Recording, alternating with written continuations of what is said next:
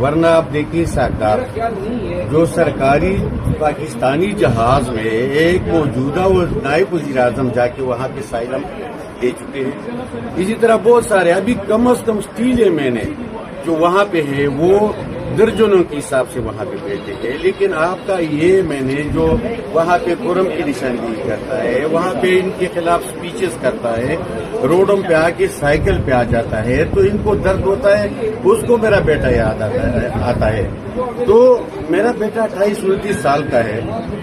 اگر یہ اللہ نے اس کو خود مختار بنایا ہے, میرے کسٹڈی میں تو میرے کفالت میں تو یہ 15-16 سال میں ہوتا ہے. اس کے بعد تو یہ خود کفیل بن جاتا ہے. اگر اس نے کوئی غلطی کی ہے تو آئے پکڑے. سر بلو پاسپورٹ کا مسئلہ ہے, بیٹے کا بلو پاسپورٹ ابھی جا کے شہزاد اکبر کے پاس آپ جا کے تمام لوگوں نے جتنے بھی پارلیمنٹیرین باہر بیٹھے ہوئے ہیں تو آپ سب کے پاس ہے, میرے پاس بھی ہے. کل اگر یہ مجھے نہیں چھوڑیں گے, مجھے بتائے کہ یہ ملک میں جو ہو رہا ہے روز چاپے روز FIR بندہ کرے تو کیا. یہ میرا سوشل میڈیا ہیڈ تھا خیبر پختونخوا میں, تو ان کے خلاف جتنے کیسز وہاں پہ بنے ہیں, ان کو جتنا پریشرائز کیا گیا.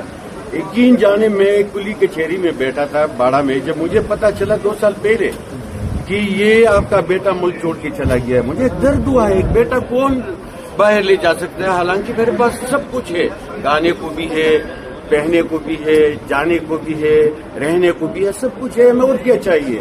ہمیں جو چاہیے ملک میں حقیقی آزادی ہے, ہمیں جو چاہیے ملک میں آئین و قانون. قورم کی نشاندہی پر تو آپ کی اپنی پارٹی بھی آپ سے ناراض ہے. کل آپ کی جنید اکبر سے لڑائی ہوئی اس میں.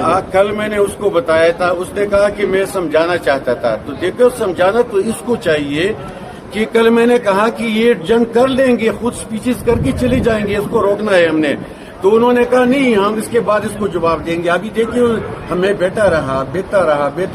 جب ہماری باری آئی انہوں نے انجرڈ کیا کہ نہیں کیا, تو لہٰذا یہ ہمیں اسپیچز نہیں دیتے. وہ صرف یہ بزنس چلانے کے لیے ان کے ساتھ ایڈوائزری کمیٹی میں بیٹھتے ہیں, تو وہاں پہ فیصلے ہوتے ہیں کہ آپ لیس دیں تاکہ اقبال بیٹا رہے وہاں پہ.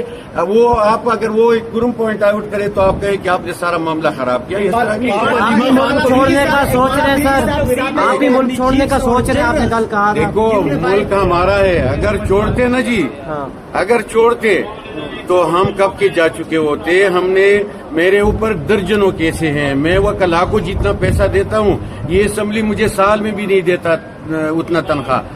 میں جو یہاں پہ ذلیل و خوار ہوتا ہوں روزانہ کے حساب سے, اس ملک کو, اس ملک کی حقیقی آزادی اس عوام کے لیے, تاکہ ان کو سستا انصاف ملے, تاکہ اجارہ داری ختم ہو, اس کے لیے ہم لگے ہیں. ہم بھاگنے والے نہیں ہیں, ہم بگانے والے ہیں.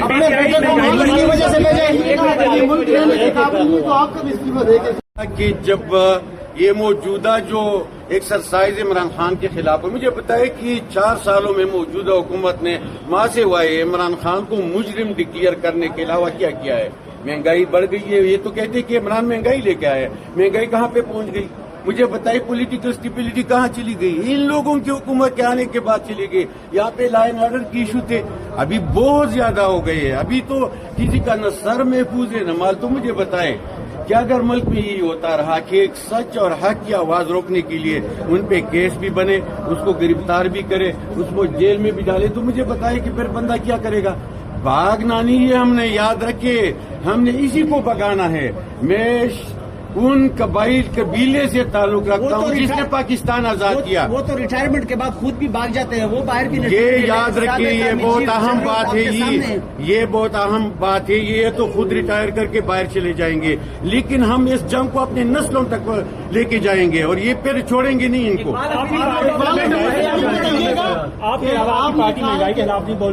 دیکھو میری پارٹی سے جب عمران نکلے گا تو تب پوچھے گا.